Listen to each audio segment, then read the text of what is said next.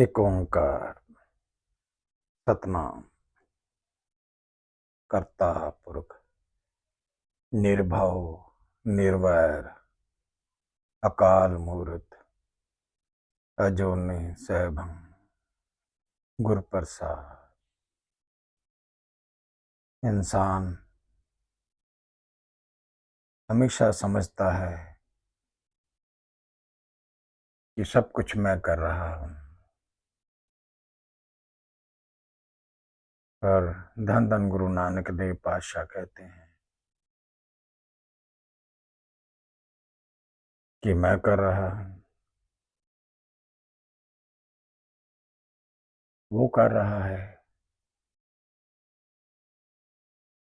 लेकिन इंसान जिद में रहता है, मैं ये करूंगा, मैं वो करूंगा। अगर उसके पास पैसा ज्यादा आता है, उसको और पैसा चाहिए। उसमें फिर उसके पास क्रोध भी आ जाता है, लोभ भी आ जाता है, मोह भी आ जाता है, अहंकार भी आ जाता है। कर्ता पुरुष का मतलब वो ईश्वर जिसने सृष्टि की रचना की। मैं कर रहा हूं, वो कर्ता कहता है, वो ईश्वर कहता है मैं करता हूं, सब मैं करता हूं। लेकिन इंसान को सुख इसीलिए नहीं मिलता है क्योंकि वो कहता है मैं कर रहा हूं। उसकी मैं में ही उसके पास ये काम क्रोध लोह मोह और अहंकार आ जाता है।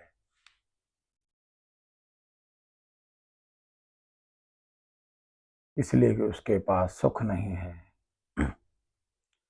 तो जिस इंसान के पास काम क्रोध लोह मोह अहंकार नहीं है, वो भगत बन जाता है, ब्रह्म ज्ञानी बन जाता है। संपूर्ण वही होता है जो इन पांच चोरों से बच जाता है। अहंकार से बुद्धि का विनाश होता है, क्रोध से बुद्धि का विनाश होता है। उसकी बुद्धि काम नहीं करती, इसलिए वो सब उल्टे काम करना शुरू कर देता है। सबसे पहले तो अहंकार उसके पास आता है कि मैं कर रहा हूं। उसको ये नहीं पता वो कितना समय और है उसके पास, लेकिन जिद में है मैं करता हूं। भगवान के पास सिर्फ इसीलिए जाता है, मंदिर में गुरुद्वारों में इसलिए जाता है डर से, क्योंकि उसके पास डर है कि ईश्वर मेरे से कुछ छिन ना जाए। उसमें दया नहीं है, प्यार नहीं है, वो किसी का भला करके खुश नहीं है। और गुरु नानक देव पातशाह कहते हैं, जो दूसरों का भला करता है उसी के पास ही सुख आता है। जैसे गुरु नानक देव पातशाह ने 20 रुपए का लंगर चलाया सालों साल पहले।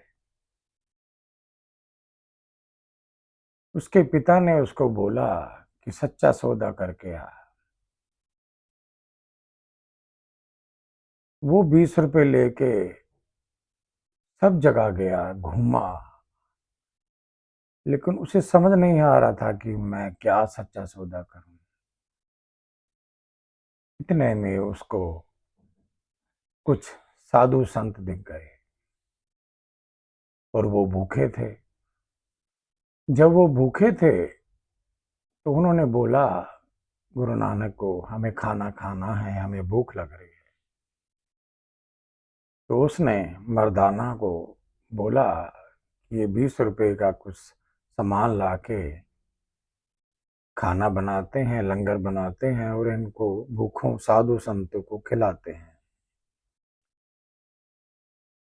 जब वो खिलाया तो गुरु नानक देव पातशाह को बहुत महसूस हुआ कि मुझे बहुत सुख मिल रहा है इससे, बहुत सुख मिला उनको। उन्होंने प्राप्ति की, सुख की, यही सुख है।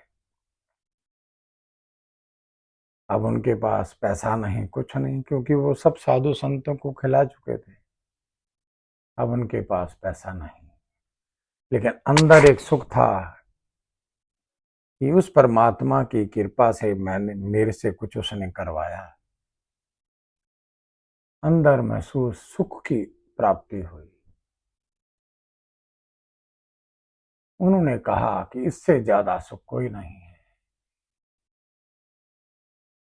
वो निर्भव है, निर्वैर है, अकाल है, उसकी कोई मूर्त नहीं, कोई रूप नहीं, लेकिन फिर भी वो सृष्टि में है, तो इसलिए वो ही कर रहा है। इंसान जब सोचता है उसके पास पैसा आता है तो वो कुछ करना नहीं चाहता, इसलिए उसके पास सुख नहीं है। अगर अहंकार है तो सुख नहीं आएगा। क्रोध है तब भी इंसान के पास सुख नहीं आएगा।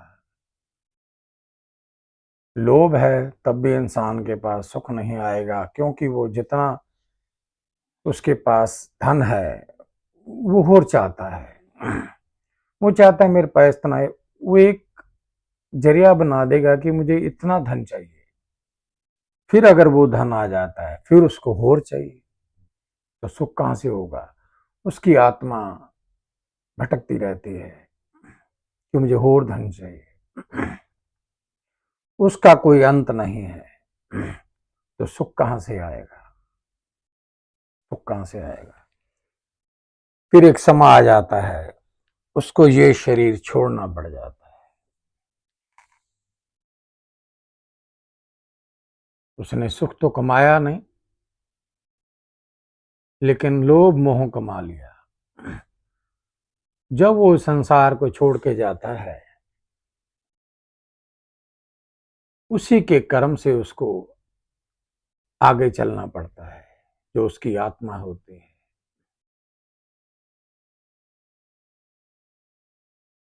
काम, वासना, वो भी है कि मुझे एक घर बनाना है तो दूसरा घर भी बनाना है। जब दो घर बन जाते हैं फिर उसको तीसरा कुछ चाहिए। ऐसे ही उसका काम चल रहा है तो उसको काम को और बढ़ाना है। जब बढ़ जाता है तो और बढ़ाना है। उसको पता नहीं कि उसका अंत कब आने वाला है, उसको नहीं पता। लेकिन ईश्वर तो सब जानते हैं, क्योंकि वो ही करता है, वो कर रहा है। वो इसी तरीके से चलता जाता है, लेकिन उसके पास सुख नहीं आता, सुख नहीं आता। सारी उम्र यही करता रह जाता है, उसको सुख नहीं मिलता।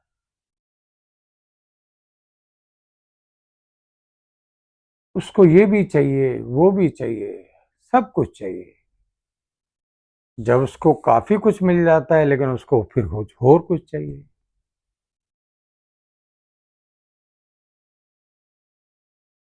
इसलिए उसको सुख की प्राप्ति नहीं होती। सुख की प्राप्ति उसकी होती है जैसे गुरु नानक देव पातशाह ने लंगर चलाया, उनको सुख मिला। उन्होंने अपना सारा जीवन उदासी में काट दिया, भक्ति में काट दिया। उनको महसूस हुआ कि यही सुख है। चलो हम बात करते हैं, एक इंसान को शादी होती है, उसके बच्चे होते हैं, वो उनसे इतना मोह करता है, ये भी दुख है।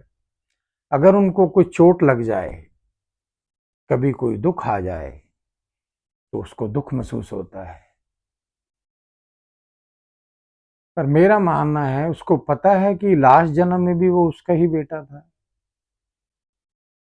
जैसे भगवान कृष्ण ने भी कहा, जब अर्जुन ने युद्ध नहीं करना चाहता था, तो भगवान कृष्ण ने कहा तुम बता सकता है कि पिछले जन्म में भी ये तेरे पितामह थे, तेरे साथ थे? उसके पास कोई जवाब नहीं। ये जो भी तेरे रिश्तेदार हैं, लास्ट बर्थ भी तेरे साथ थे, उसको ज्ञान नहीं, उसको नहीं पता, कहता नहीं, ऐसा कुछ भी नहीं था। ये तो तेरे पास मोह है तेरा, इसलिए तो बोल रहा है मेरा पितामह, मैं उनको कैसे वध करूं। किशन ने कहा ये धर्म पे नहीं है, इनका वध करना होगा, क्योंकि धर्म को जिंदा रखना है। ऐसे ही बहुत बहुत जो पाप करते हैं संसार में, उनको पता है एक टाइम समा अंत आएगा, वो सुखी नहीं होते। बहुत बड़ी बड़ी ताकतें पा लेते हैं संसार में, लेकिन सुख नहीं है उनके पास। वो डरते हैं, रात दिन डरते हैं। उनके पास भगवान तो नहीं है, लेकिन उनके पास डर है। भगवान उसी के पास आता है जो दान पुण्य करता है, जो अपनी कमाई का काफी हिस्सा गरीबों में दान करता है, वही सच्चा सुख है।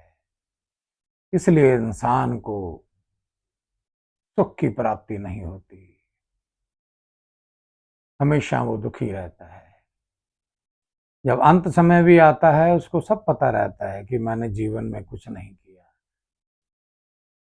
वो जो संत होता है, वो तो खाली हाथ आता है, खाली हाथ जाता है, क्योंकि उसको पता है अंत। संत जो हर किसी चीज का अंत जाने, उसको संत बोला जाता है। इंसान को अगर सुखों की प्राप्ति करनी है, तो उसको जो भी वो दे रहा है करता, वो करता दे रहा है, उसमें शांति रखनी चाहिए, सब्र रखना चाहिए। जो इंसान सब्र नहीं करता, उसको सुख नहीं मिलता, सुख नहीं मिलता। इस जीवन में अगर इंसान सब्र कर लेगा, उसको सुखों की प्राप्ति हो जाएगी। और सब्र करने से ही सुखों की प्राप्ति होती है। और बहुत कम इंसान हैं जो सब्र करते हैं। वो जो करेगा अच्छा करेगा, अगर इंसान ये भी सोच ले, तो उसके पास सुख आ जाएगा, सुख आ जाएगा। तो आगे भी मैं YouTube बनाऊंगा, मेरे को सब्सक्राइब करिए, लाइक करिए, जिससे कि मुझे हिम्मत आए, मैं और भी वीडियो बना के आपको और अच्छा, जितना भी मुझे बुद्धि है ईश्वर ने दी है, उस कर्ते ने दी है, मैं आपको ज्ञान दे सकूं। भूलों चूकों की क्षमा। सतनाम।